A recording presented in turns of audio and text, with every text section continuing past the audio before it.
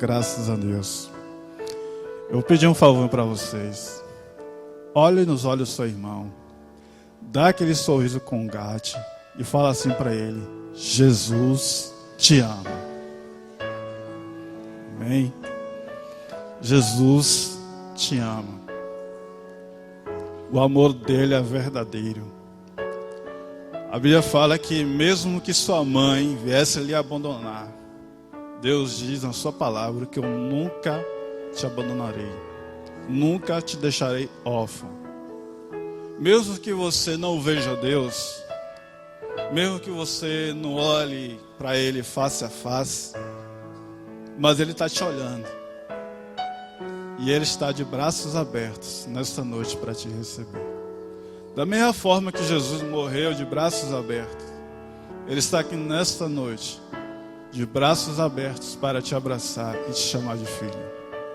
Amém? Vamos abrir a palavra do Senhor lá em Marcos, capítulo 10, a partir do versículo 17.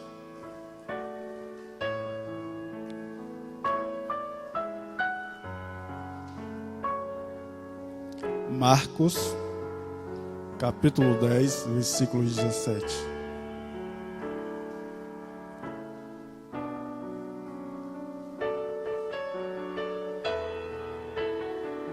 Ok? Tem alguns irmãos procurando. Eu gosto que os irmãos achem a passagem para acompanhar a leitura, que você possa estar inteirado com a palavra de Deus. Diz assim a palavra do Senhor. A minha tradução está um pouco diferente, mas vamos lá. A palavra é o mesmo, o sentido é o mesmo, e eu sei que Deus vai falar contigo. Quando Jesus ia saindo, um homem correu em sua direção e se pôs de joelhos diante dele e lhe perguntou: Bom mestre, que farei para herdar a vida eterna? Respondeu-lhe Jesus: Por que você me chama de bom? Ninguém é bom a não ser um, que é Deus. Você conhece os mandamentos? Não matarás, não adulterarás, não furtarás, não darás falso testemunho, não enganarás a ninguém, honra teu pai e tua mãe. E ele declarou: Mestre, a tudo isso eu tenho obedecido desde a minha mocidade. Jesus olhou para ele e o amou. E falou-lhe: Falta-te uma coisa. Vá, venda tudo o que você possui, dê o dinheiro aos pobres, e você terá um tesouro nos céus. Depois, vem e segue. Diante disto, ele ficou abatido ou triste e afastou-se, porque tinha muitas riquezas. Geralmente, quando nós temos evangelistas aqui, e também já evangelizei. Geralmente, quando você vai evangelizar alguém, ele sempre diz assim: nunca fumei, nunca roubei, nunca matei. E este jovem também era a mesma coisa. Ele vai até Jesus. Ele sabe que através de Jesus, qualquer homem ou qualquer mulher pode ter a vida eterna. Ele pode alcançar a salvação através de Jesus. E aquele jovem, ele corre atrás de Jesus para saber como obter a vida eterna, para saber como entrar no reino dos céus, para saber como participar do reino de Deus. E o interessante é que quando ele vê Jesus, quando ele vai atrás de Jesus, ele tem uma atitude de uma adoração. A Bíblia fala que acabamos de ler, que ele saindo em direção, se pôs de joelhos diante de Jesus. E chamou de Jesus de quê? Bom mestre. E aí faz a pergunta: o que eu faço para herdar a vida eterna? Como eu devo herdar a vida eterna? Ele tem essa atitude de adoração, mas ele não adora a Deus com outras intenções. A intenção dele era outra, não era a vida eterna. A intenção daquele jovem não era alcançar a vida eterna. Ele tinha dois interesses: adquirir mais bens materiais, adquirir mais bens da terra do que o tesouro dos céus. Então ele se prostra diante de Jesus, pensando que Jesus ia receber aquela adoração. Mas Jesus, ele tem duas atitudes com relação a esse jovem. Ele tem duas atitudes. Primeiro, Jesus, ele não recebe a sua adoração, porque ali foi uma adoração falsa, uma adoração interesseira, uma adoração de querer ganhar mais, adquirir mais. E é por isso que Jesus fala: por que me chamas de bom? Bom só um, que é Deus. Ou seja, ele está tentando convencer Jesus de que ele iria, pensando ele, que iria conseguir a vida eterna de qualquer forma ou de qualquer jeito. Mas Jesus rejeita a sua adoração. Jesus rejeita o seu elogio. Jesus rejeita aquela adoração falsa, porque ele conhece o nosso coração. E ele sabe da intenção do nosso coração. Ele sabe do que você precisa, do que você deseja. Mas Jesus, conhecendo o coração desse jovem, ele começou a colocar dificuldades para que aquele jovem viesse ter a vida eterna. E esse foi o segundo passo. Foi o segundo passo que ele falou. Jesus estava pondo dificuldade na vida dele, no intuito de provocar a fé no seu coração.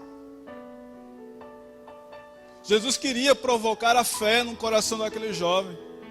Aí quando ele pergunta para Jesus: o que eu tenho que fazer para a vida eterna, para ter a vida eterna? Aí Jesus diz assim: obedeça os mandamentos. Não matarás, não furtarás, não adulterarás, não falar mal do testemunho, não enganar ninguém, honra teu pai e tua mãe. Jesus apresentou alguns dos 10 mandamentos para aquele jovem. E ele disse: mas Senhor, eu tenho feito isso desde pequeno. Desde pequeno eu tenho feito isso. Mas Jesus não conseguiu despertar no coração daquele jovem a fé.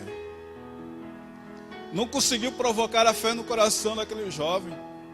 A Bíblia diz em Mateus capítulo 15, do versículo 22 ao 28, uma mulher cananeia vê Jesus passando. Ela começa a gritar atrás de Jesus. Jesus não dá nem uma mínima para aquela mulher. E aí os seus discípulos: Senhor, despede essa mulher, porque ela vem gritando atrás de nós. Despede aquela mulher. Aí Jesus olha para os discípulos e diz assim: olha, eu vim também para as ovelhas perdidas da casa de Israel. Jesus olha para ela e diz: mulher, não é lícito pegar o pão dos seus filhos e dar para os cachorros. Ela olha para Jesus e diz: sim, Senhor, mas os cachorrinhos também comem da migalha que cai da mesa do seu Senhor. E ela foi atrás de Jesus para curar a sua filha que estava endemoniada.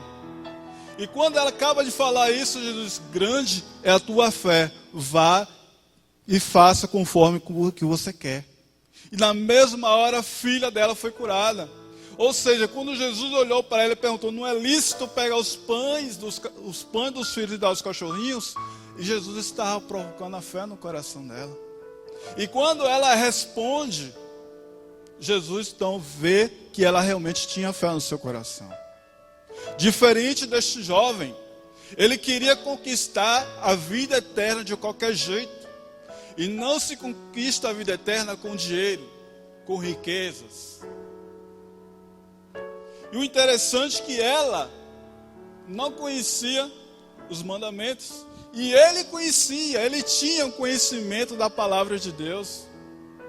Ele conhecia as escrituras sagradas, foi ensinado desde pequeno, que é uma lei que foi dada através de Moisés, que deveria se ensinar tudo aquilo que Israel passou, tinha que ser passado de geração para geração. E ele conhecia os mandamentos, mas não conhecia o Deus dos mandamentos.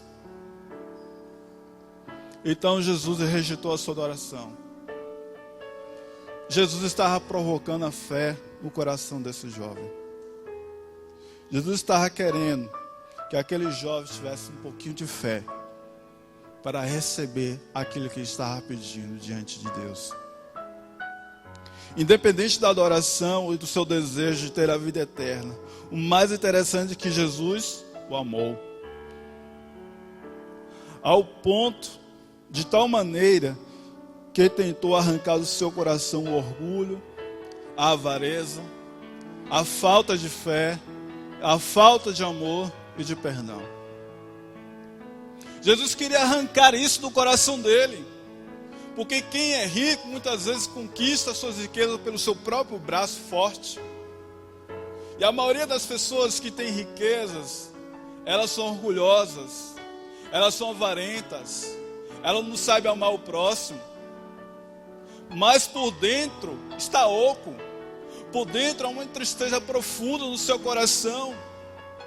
Existe um país que o suicídio é o índice mais alto no mundo, porque todo mundo é rico, todo mundo tem dinheiro, mas não tem alegria. Não tem Jesus no seu coração. Acha que é um verdadeiro santo. Muitas pessoas estão com seus corações vazios.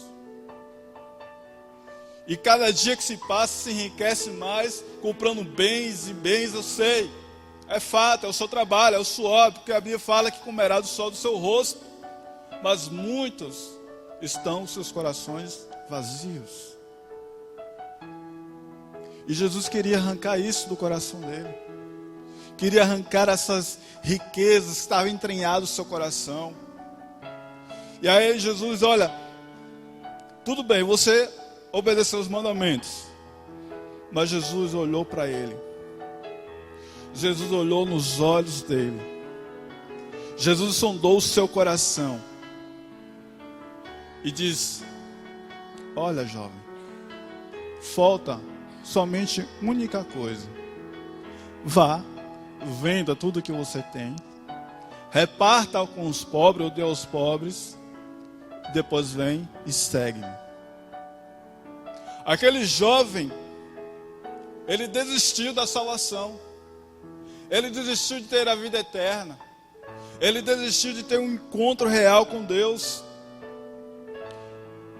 O desejo dele é ter a vida eterna, mas ele estava tão próximo de Deus que desistiu. Por quê? Porque o orgulho estava entranhado no seu coração. O orgulho estava entranhado na sua vida. E o tema dessa mensagem é: venda aquilo que está te atrapalhando a ver a glória de Deus. Venda aquilo que está te atrapalhando a tua visão espiritual. E nesse jovem eu vi algumas coisas. Ele era orgulhoso.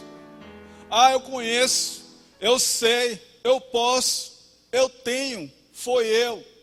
Tudo é eu. O egoísmo dentro de si. Geralmente as pessoas que têm um QI elevado, não, eu sei, eu sou mais, eu sou melhor, eu sou o que, aquela coisa toda. E este homem era orgulhoso. Porque Jesus falou: olha, você conhece o mandamento? Eu conheço, tá, pá. Conheço. Mas ele não conhece o Deus verdadeiro. Ele não conhecia Deus verdadeiro. E na oportunidade que ele teve, ele desistiu. Então não desista. Pare de ser orgulhoso. Quantas bênçãos você tem perdido diante de Deus por causa do orgulho?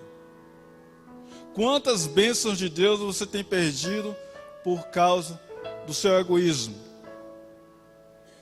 É só meu e ninguém tasca. Quantos de nós temos perdido as bênçãos do Senhor? Este jovem era rico, orgulhoso, conhecia os mandamentos, mas não conhecia a Deus e nunca procurou ter uma intimidade com Deus. A Bíblia diz: aquele que guarda toda a lei, mas tropeça em um só ponto, torna-se culpado de todos. Tiago capítulo 2, versículo 10. O que adianta você conhecer a Bíblia, de Gênesis a Apocalipse, de Apocalipse a Gênesis, se você é orgulhoso? que adianta, irmão? Não adianta nada. Não adianta você buscar conhecimento sem a presença de Deus. Não adianta. O conhecimento e a presença de Deus tem que estar lado a lado, para que o nosso coração não venha a ser orgulhoso. Muitas pessoas entram em seminários, outros fazem faculdades, e na medida que vai conhecendo, vai adquirindo conhecimento, sabedoria, muitas vezes vai se esquecendo da presença de Deus. Muitas vezes vai se esquecendo, vai se achando o melhor de todos. Em Obadias capítulo 1, versículo 3 diz o seguinte: a soberba do teu coração te enganou, como aquele que habita nas fendas das rochas e na sua alta morada, que diz no seu coração: quem me derrubará em terra? Deus é o único que pode te derrubar. Não deixa que o orgulho invada o teu coração. Desfaça ainda hoje desse teu orgulho. Como eu disse, às vezes nós saímos para evangelizar, falamos de Jesus para as pessoas e as pessoas: não, eu sou amigo do evangelho, eu frequento a igreja, assim, aquela coisa. Eu nunca matei, nunca roubei, tal, aquela coisa toda. E vai rejeitando a palavra de Deus. E vai rejeitando.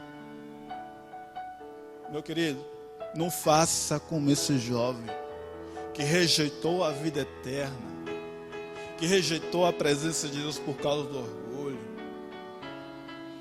Que às vezes quando você recebe a palavra de Deus, às vezes as pessoas lá fora recebem a palavra de Deus, fica com medo de aceitar a Jesus por causa da crítica dos colegas, ou porque não quer desfazer daquela cervejinha. Querido, isso não te leva a nada, a não ser para a sua própria destruição da sua alma, do seu espírito. Em 1 Pedro capítulo 5, versículo 5, diz o seguinte: revestivos de toda a humildade, porque Deus resiste ao soberbo, mas dá graças aos humildes. Em Mateus capítulo 11, versículo 28, a Bíblia diz, Jesus falando: olha, vinde a mim, todos que estáis cansados e sobrecarregados, e tomai sobre vós o meu jugo e o meu fardo, porque é leve e suave, e aprendei de mim, porque eu sou manso e humilde de coração. Jesus faz um convite: vinde a mim, você que está cansado. Mas mesmo assim essas pessoas rejeitam o convite de Jesus. Mesmo assim as pessoas rejeitam o chamado de Deus para ser transformado, para viver uma novidade de vida. E a Bíblia fala em Tiago capítulo 4, versículo 9 ao 10: senti as vossas misérias, lamentai e chorai, converta o vosso riso em pranto e o vosso gozo em tristeza, humilhai-vos perante o Senhor e Ele vos exaltará. Precisamos quebrar esse orgulho, vender esse orgulho, jogar fora, desfaça dele. Não deixe esse orgulho invadir o teu coração. Não deixe esse orgulho predominar, ou seja, tomar conta da sua cabeça, tomar conta da sua alma, do seu espírito. Deixe Deus trabalhar na sua vida. Não faça como esse jovem da Bíblia, com esse jovem rico que era orgulhoso porque simplesmente conhecia os mandamentos de Deus, porque simplesmente sabia alguma coisa da Bíblia, porque sabia alguma coisa sobre teologia, escatologia e por aí vai afora. Primeiro, a Bíblia diz: primeiro buscai o reino de Deus e a sua justiça. E olha o que a Bíblia fala: e as demais coisas serão acrescentadas. É isso que Jesus fala: buscai primeiro a presença de Deus. As demais coisas, carro, casa, emprego, vem depois. O melhor de tudo é ter Jesus no coração. Glória a Deus.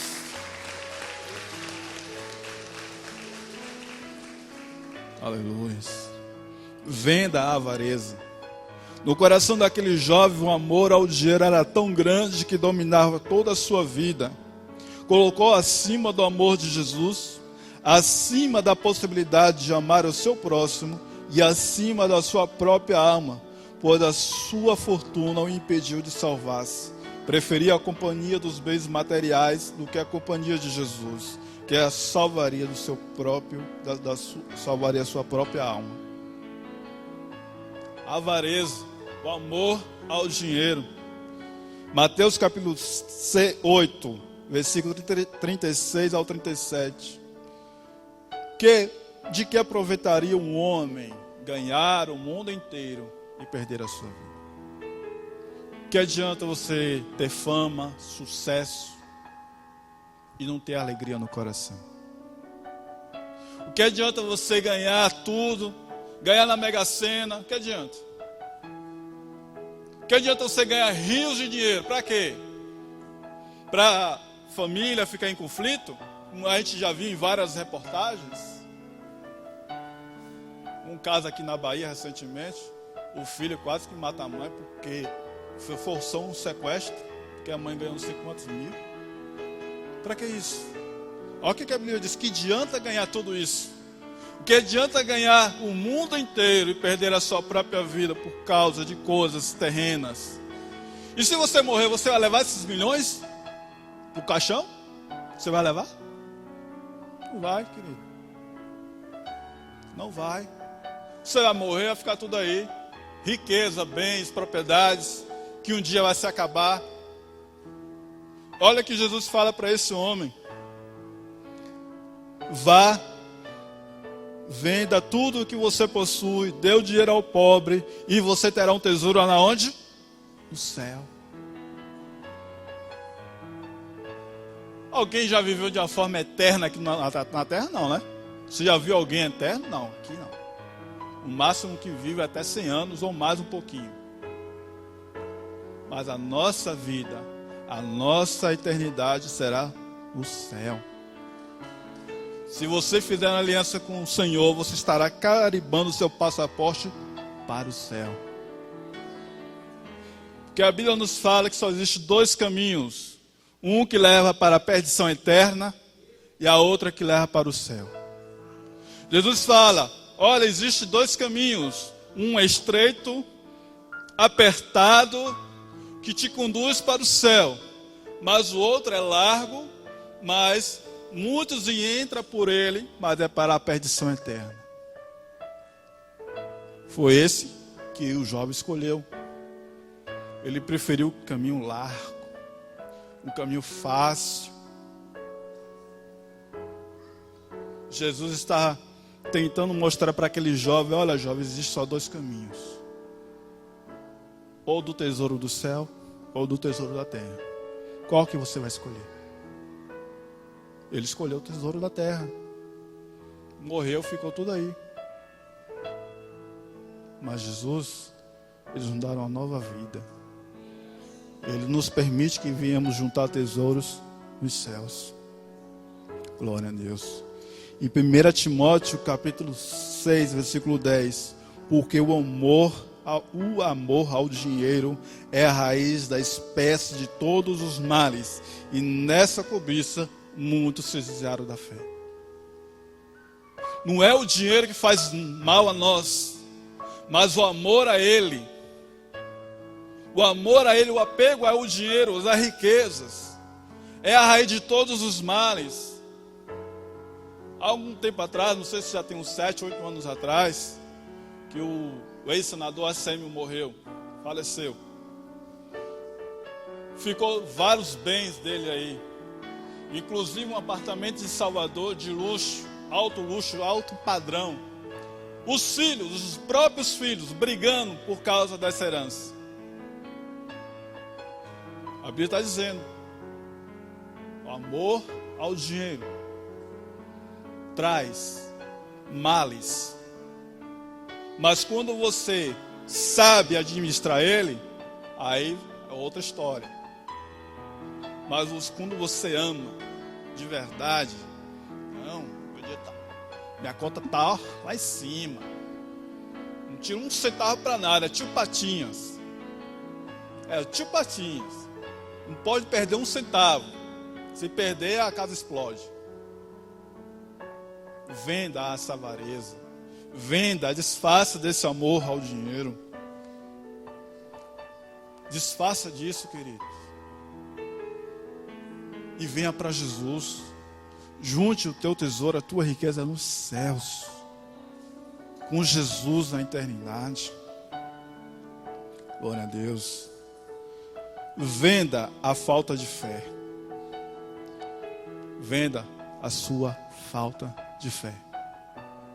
Como o irmão falou aqui há poucos instantes. A palavra vem pelo ouvir e ouvir a palavra de Deus. Irmãos, esse jovem, ele simplesmente estava interessado nas coisas terrenas. Se ele realmente, de fato, tivesse interesse nas coisas espirituais, ele diz: não, Senhor, tudo bem, eu faço o seguinte, eu vendo a metade dou para os pobres e ainda também te sigo. A outra metade eu vou deixar com meus empregados para tomar conta. Ele poderia tomar alguma atitude de fé, mas ele não tomou, ele desistiu.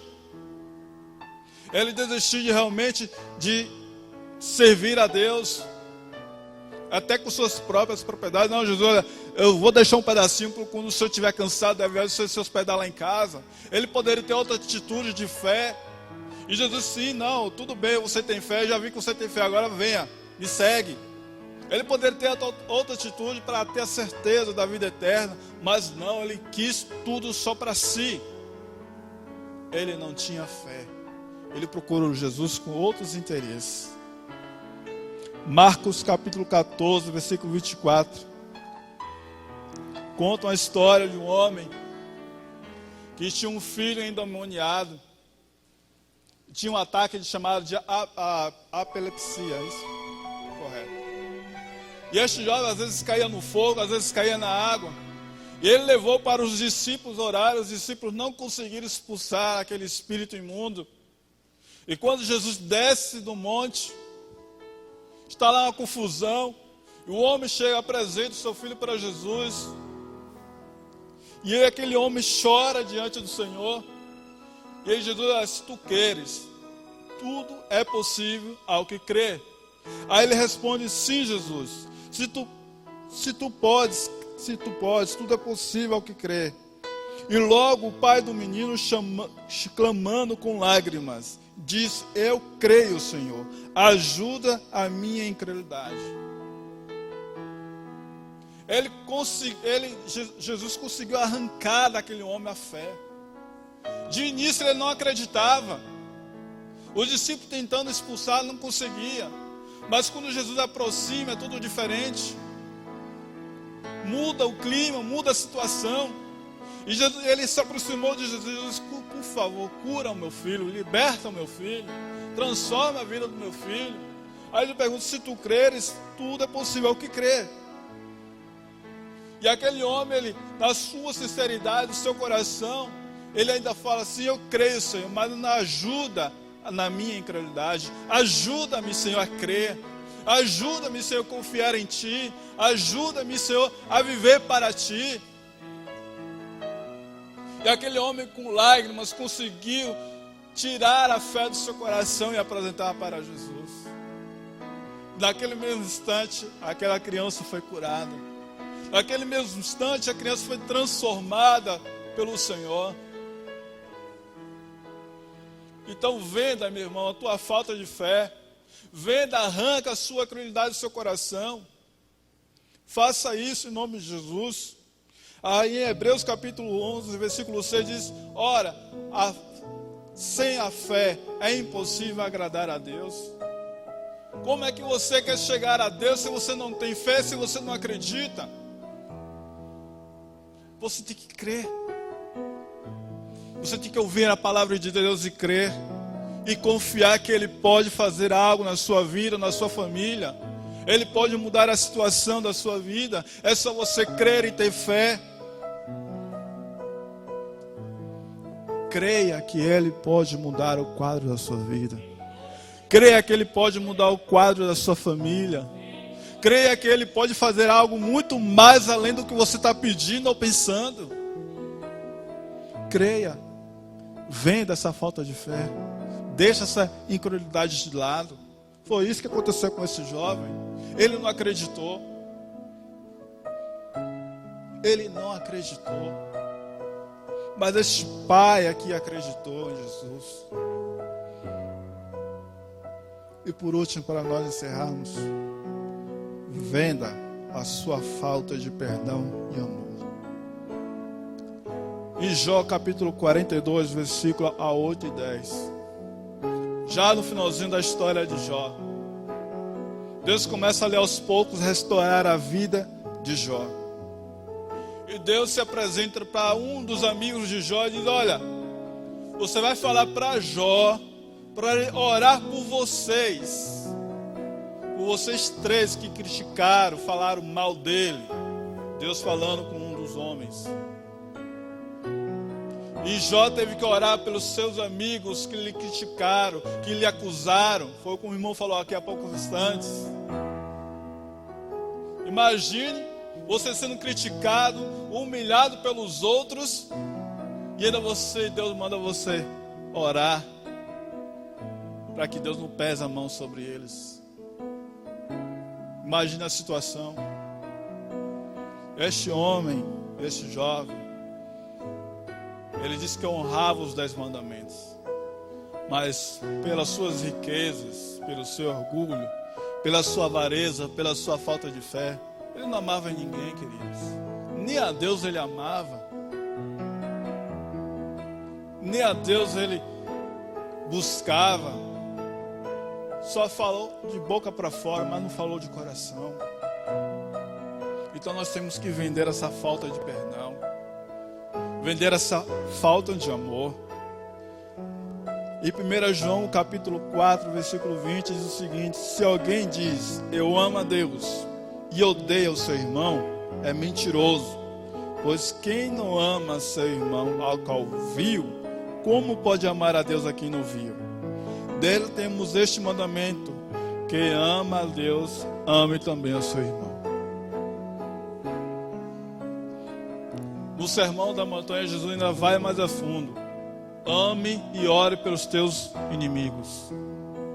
Jesus vai mais a fundo.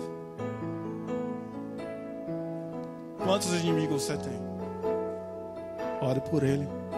Quantas pessoas lhe criticaram? Ore por ele.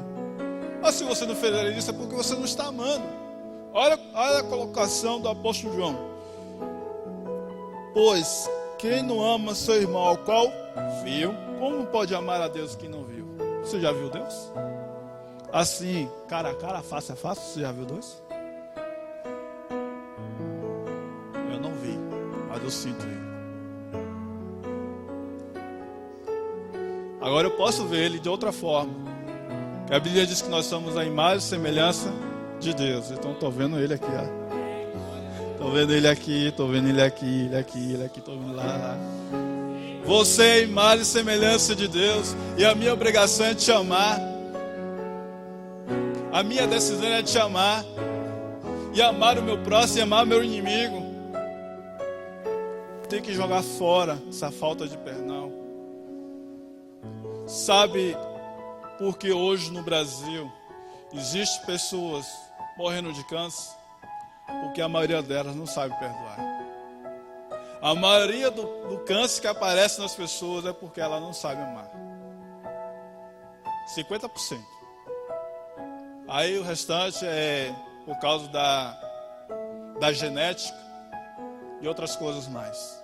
Mas 50% das pessoas que têm câncer hoje é porque ela não sabe amar e não sabe perdoar. Se você ainda não perdoar alguém, Deus está falando contigo. Vai, peça perdão a essa pessoa. Quando você pede perdão a uma pessoa, quando você passa a amar essa pessoa, principalmente aquela que te persegue, você está juntando um tesouro nos céus. E Deus está te abençoando. Mas enquanto você estiver sendo orgulhoso, enquanto você estiver sendo avarento, enquanto você tiver falta de fé, enquanto você não saber perdoar nem amar, nada vai mudar na sua vida. como também não mudou na vida deste jovem. Qual foi o fim dele? Versículo 22. E diante disso, ele ficou abatido, se afastou, triste, porque tinha muitas riquezas. Tinha muito orgulho, tinha muita avareza e tinha pouca fé. Aliás, não tinha fé nenhuma. Então, Deus, nesta noite, quer te fazer um convite. Venda isso. Desfaça disso. E viva para Jesus. Aprenda de Jesus, que Ele é manso e humilde de coração. Jesus, Ele é educado. Em Apocalipse diz o seguinte: eis que estou à porta e bato. Se alguém ouvir minha voz, irá abrir a porta do seu coração. Entrarei e cearei com ele e ele comigo. Jesus, Ele é educado. Olha o que o texto fala: eis que estou à porta e bato. Jesus é educado. O inimigo que é descarado, desculpa a expressão, ele arromba a porta do seu coração. Ele não pede nem licença. Ele arromba, invade, destrói, acaba com tudo. Mas Jesus é diferente. É você que tem a chave por dentro. É você que tem a chave. Se eu tranco essa porta por dentro, quem está fora não vai poder abrir. Quem vai abrir sou eu que tenho a chave. E é você que tem a chave do seu coração. Agora, se você estiver ouvindo a voz do Espírito Santo, a voz do Senhor batendo no teu coração e dizendo: filho, eu quero entrar no teu coração e fazer morada. Não faça como este jovem que saiu triste. Não faça como esse jovem. Não tenha medo dos seus amigos. Não tenha medo dos seus familiares que vão te criticar porque você é cristão. Não. Jesus é muito mais do que a nossa família. Foi Ele que morreu na cruz do Calvário por nossos pecados. Foi Ele que fez o sacrifício vivo pelos nossos pecados para nos perdoar e transformar a nossa vida. Se Jesus fosse um conto de carochinha, ninguém estava aqui no templo. Se Jesus fosse um mito, não teria ninguém aqui. Jesus é verdadeiro, real e conhece o teu coração e te sonda. Glória a Deus.